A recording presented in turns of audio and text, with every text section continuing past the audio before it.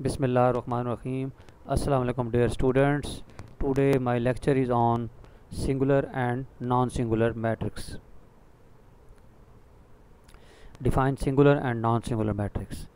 Singular matrix को हम non-invertible and non-singular matrix को हम invertible भी कहते हैं.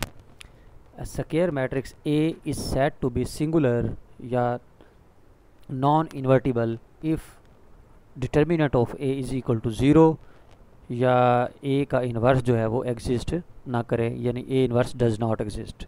यानी किसी भी मैट्रिक्स को हम सिंगुलर या नॉन इन्वर्टिबल तब कहेंगे अगर उस मैट्रिक्स का या तो डिटर्मिनेंट ज़ीरो हो जाए या उसका इन्वर्स एग्जिस्ट ना करे, तो हम उसको क्या कहते हैं, सिंगुलर मैट्रिक्स कहते हैं. Otherwise it is called non singular. यानी फॉर एग्जांपल अगर आपके पास ए मैट्रिक्स दी हुई है 8 4 2 1, तो इसका जब आपने डिटर्मिनेंट कैलकुलेट किया तो 8 1 8 4 2 8, तो आंसर क्या आ गया, डिटर्मिनेंट ज़ीरो. तो इसका मतलब है कि मैट्रिक्स क्या है, सिंगुलर है, यानी इसका हम जो इन्वर्स है वो कैलकुलेट नहीं कर सकते.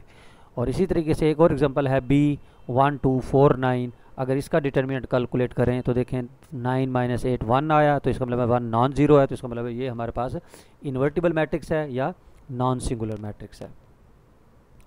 अब जैसे इस क्वेश्चन में वो कहते हैं कि आपने लैम्डा की वैल्यू कैलकुलेट करनी है, तो जिसके लिए कंडीशन उन्होंने दी हुई है कि जो मैट्रिक्स है वो सिंगुलर है.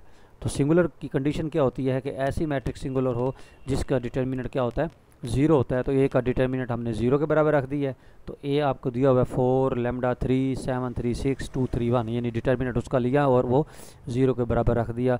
अब इस 3/3 के डिटर्मिनेंट को हमने एक्सपेंड करना है. आप पहली रो से एक्सपेंड कर दें इसको, तो 4 एलिमेंट वैसे ही, और फिर उसका माइनर 3 6 3 1, फिर माइनस लैम्डा, फिर लैम्डा एलिमेंट का माइनर निकालेंगे तो वो आएगा 7 6 2 1, और फिर प्लस 3, और फिर 3 का माइनर निकालेंगे तो वो आएगा 7 3 2 3 विच इज़ इक्वल टू 0. तो 4 वैसे ही 3 1 3 3 6 18, माइनस लैम्डा वैसे ही 7 - 12 प्लस 3 7 3 21 माइनस 2 3 6. तो इसको सिंप्लीफाई किया.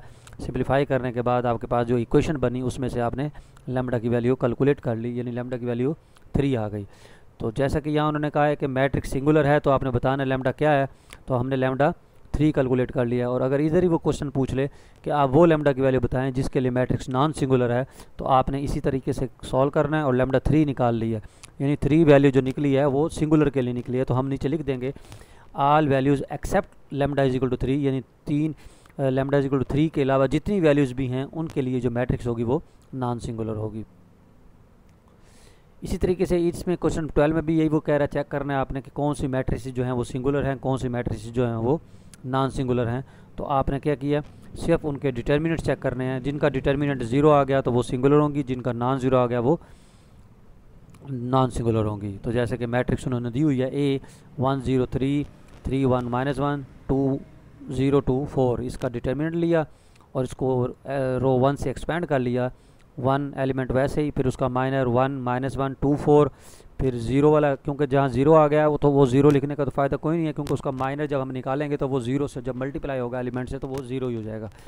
फिर प्लस 3, फिर वो कॉलम वो रो डिलीट 3 1 और 0 2 आ गया. तो इसका जब डिटर्मिनेंट निकाला तो 4 1 4 माइनस माइनस प्लस 2 1 2, और फिर 2 3 6 6 3 18 और 6, तो 6 + 18 24 which is not equal to 0. तो मैट्रिक्स इज़ नॉन सिंगुलर. तो इसी तरीके से आप अदर मैट्रिसेस को भी चेक कर सकते हैं कि जिनका डिटर्मिनेंट 0 आएगा वो आपके पास सिंगुलर मैट्रिसेस होंगी और जिनका नॉन ज़ीरो आएगा वो नॉन सिंगुलर होंगी.